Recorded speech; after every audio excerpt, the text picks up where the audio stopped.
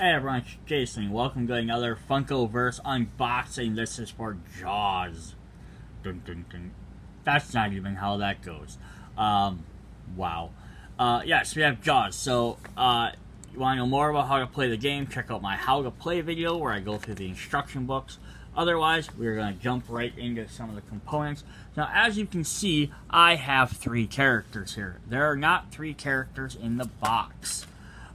You buy the box, you are going to get Quint, who is the gentleman standing there. And then you're going to get one of the sharks. So there's 2 different ones. There's a regular version, so this will be the one you'll most likely see. And then there's special chase versions, which, since there's a window on the box, you can actually see what the figures look like. And it actually has a little sticker on that little window that says chase. So I don't know what the rarity is, if it's like 1 in a case of like 6 or 10 or whatever it is, or how often they are. They play the exact same. There's nothing absolutely different between this shark and this shark, except this one has blood on him. I just thought it was really cool. It'd be kind of neat to have a bloodied shark, so I bought one. And then it does have a spot in the bottom for a base, so you can give him, you know, the colored base. I mean, again, he stands perfectly well by himself, because that way you can keep track of which team he's on if you need to. Alright, so we're going to just push these guys back. We're going to look at all of our generic or our common components, and then we'll jump into the cool, interesting new stuff. So, we of course have our cooldown markers, or tracks. Got our 4 exhausted tokens, 1 for each of the characters, and then our 2 generics, which are a swimmer and a tiger shark. And there's only so many generic things you can pick out for the movie JAWS. I have not seen JAWS since I was a kid, so I don't remember anything about it, other than like the common knowledge stuff of like hey, it's a shark. So then we have our 4-point tokens. We have our flag star tokens for the leader rival section, and we have our control squares. We also have our 6 dice with our starburst challenge side, our defense side, and our exclamation critical side. First player token, again, you're going to get the 2 bases, the white and the black one. And then you're also going to get some skill tokens. So we have 2 red, a gray, and a blue. So red's like aggressive, blue's kind of like intelligence or smarts or knowledge. And then, gray is that, blue's like agility or movement. So that is what we have there. So let's just shovel all of this stuff. Ooh, and we also have our 11 watercolored tokens, point tokens, just to keep track of. Alright, so we're going to shove everyone off to the side. We're going to look at the maps, see what fun locations we get to play on as JAWS.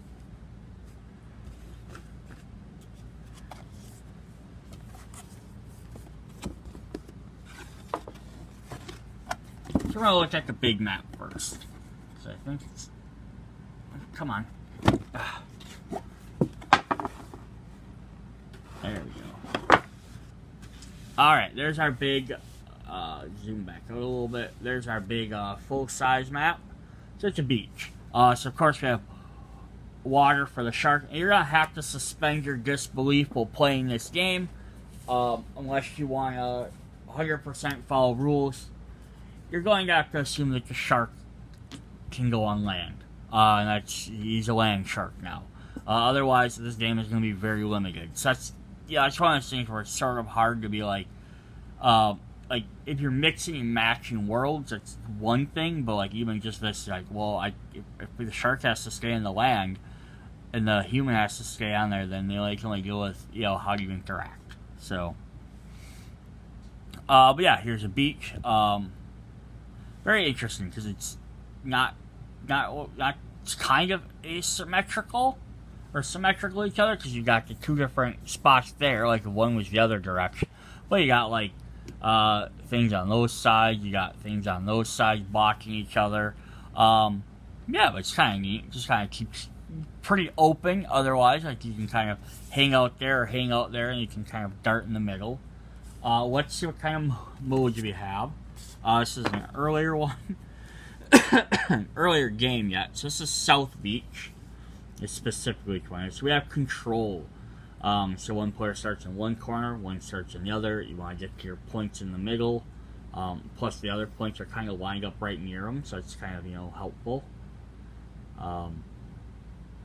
Interesting. So that's that one. And then we have flags, which is basically capture the flag. So one guy gets to start at the campfire. One person starts at the out in the water. You gotta try and get to the other one's flag. And then they have the points also scattered there.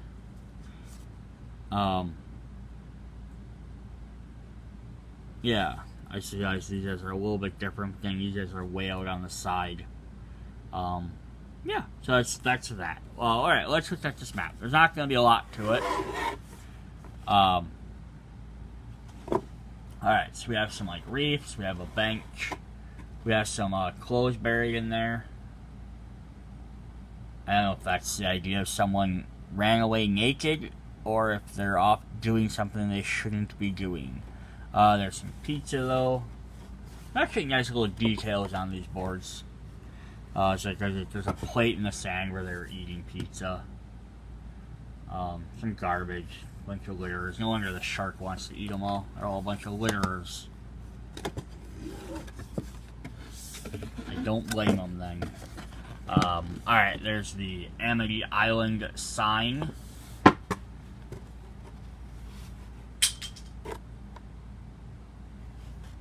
And there's a buoy out there. It's just because it has that line and stuff around it, it looks really fake. And then the middle is just kind of generic off to the side. Like nothing else. Not a whole lot going on there. Let's look at the other side. So this is kind of like the starter side, a little bit smaller. Makes sense though, because it's the boat. Bunch of little stuff in there. We'll take a look at that in a second. Alright, so we're gonna have, now this is kind of different. So we have territories. So each person starts out in the water up at the top near each other, and then they have to get over to the front. I'm gonna see if I can turn this to match it. Yes, it's kind of neat, because they're gonna start up in these corners, and they have to get down to this area. So either they're going to have to come way down here and coming from this side or through the backs, through the sides or through the backs, or they can come in through here on one of these two spots and then come down. So it's kind of neat how they're blocked from getting right in. I mean, I guess they could come down this way too, but once they get in there, they got to kind of like still navigate through some of that stuff. It's kind of interesting for this space to take control of that. Plus, it's a giant big area. Lots of the other scoring areas are like maybe 4 tiles, maybe 6. So this is like twice as big. And then we have leaders, which is same starting areas, but now we have 2 leader tokens down towards the bottom. And you just get more points for knocking out higher level characters. Alright, let's take a look at what's actually in the boat. So we'll start from the back. I like how the back is kind of submerged too, like it's breaking apart. It's really cool. Yeah, just some details. There's like some soup. There's a little like cans there, some tools. There's a shark tank off to the side there. If we get into the cabin here, we got some food, some maps, some other stuff there. Again, I don't know if any of this stuff is necessarily like really relevant or prevalent in the movie. And then in the top of the boat, we have a hatch that goes down. We have some big containers. And there's nothing going on in the waters. Alright, so not a whole lot going on in either one of these, but I kind of feel like some of the like movie-based ones or TV show-based ones don't have a lot to go off of, because The show's not about the locations as much as it is about the areas, and sometimes they visit them areas, and they're not really like, you're focused on the characters, not what's going on or where they are. Alright, so then we're going to look at all of our cards and characters. We have a swimmer and a tiger shark, of course. We're going to look at Quint first. So we get a little better view at him. Got some big old sideburns, and he's got his mustache. I don't know anything else about Quint, so I can't say anything. But he's going to be fighting the shark. So he has a veteran hunter. When Quint becomes exhausted, you may give or move the hunted status card to a rival character. Alright, so he's got a special status card, which we'll look at in just a sec, because all these cards are going to reference this, it looks like, or most of them. Farewell and adieu. Move up to 4 squares towards the rival with the hunted status card. Do a true challenge to them. So you have to exhaust him, and then you can give it to another character. Then his farewell, he can actually use it. Can Crusher, range 3, challenge 2, roll 1 extra die for each of your status cards on the target. Ooh, that's kind of neat, because if you have a team of characters with multiple status cards, you could hand more of them out, and do a bunch of extra damage. Or compare scars. Stand Quint up, challenge 2. Quint can do this when knocked down. Yeah, so he can stand himself up. Very interesting. Alright, let's check that with his hunted status card. So it says status with Quint on it.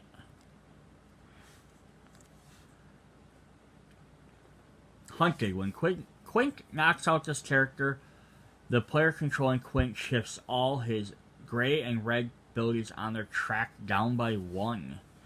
So nice. So you exhaust him doing like comparing scars or Can Crusher, or something else, one of your other abilities, because you get move and do stuff like that. You exhaust yourself, and then you can use your farewell to get nice and close to him if you give him the hunted card, and then once you knock him out, you can move all your stuff down to get ready to do it to somebody else. Like prep you on. That's his abilities cost a little bit more, but the idea is that you'll knock the characters out and do some more damage.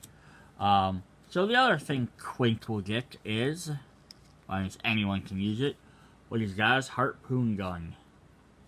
I should probably turn it that way. So the harpoon gun item says, when this character challenges a rival character, you may place this card on one of the track your cooldown. If you do, give that rival a barrel status card. And then you get 2 of these barrel status cards. So they actually just say status on the back. And they are going to say, all of this character's moves are reduced by 1. Discard this card after this character is knocked out or does a move. So, you challenge a rival, you can give them one of those. And until they actually move, or they're knocked out, they have reduced movement.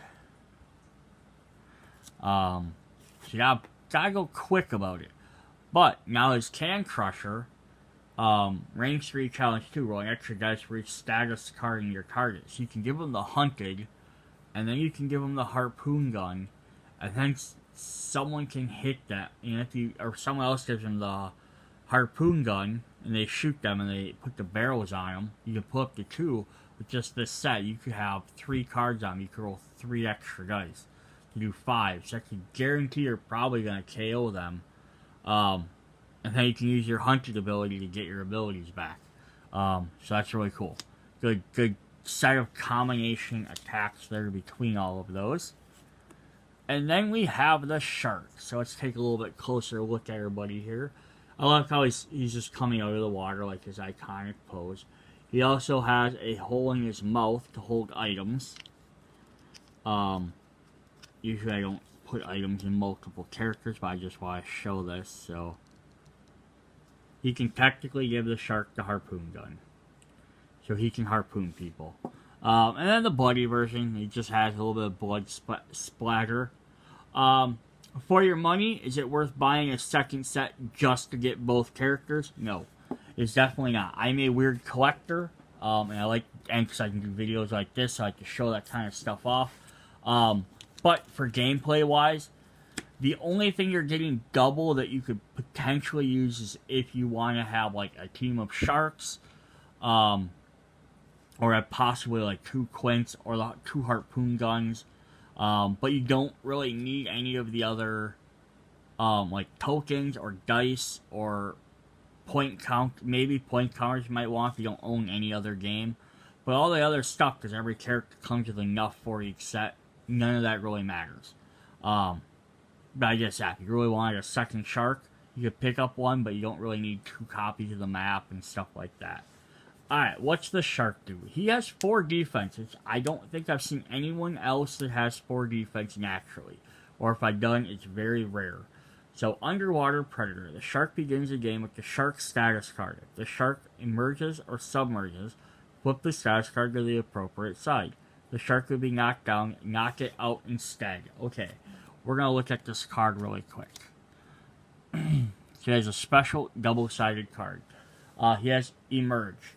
The shark may not be moved by your opponent while emerged. If the shark does an action that moves it, it submerges.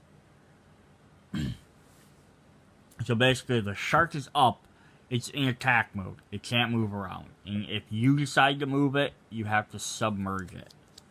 So then if you submerge it, it goes back under, and it says, the shark may not do any assist, challenge, or interact actions while submerged. As a basic action, the shark may emerge. So you gotta spend one of your actions to have him pop out. So basically it's like he's... and then you can spend an action to have him shoot out and get into attack mode. So that's kinda cool.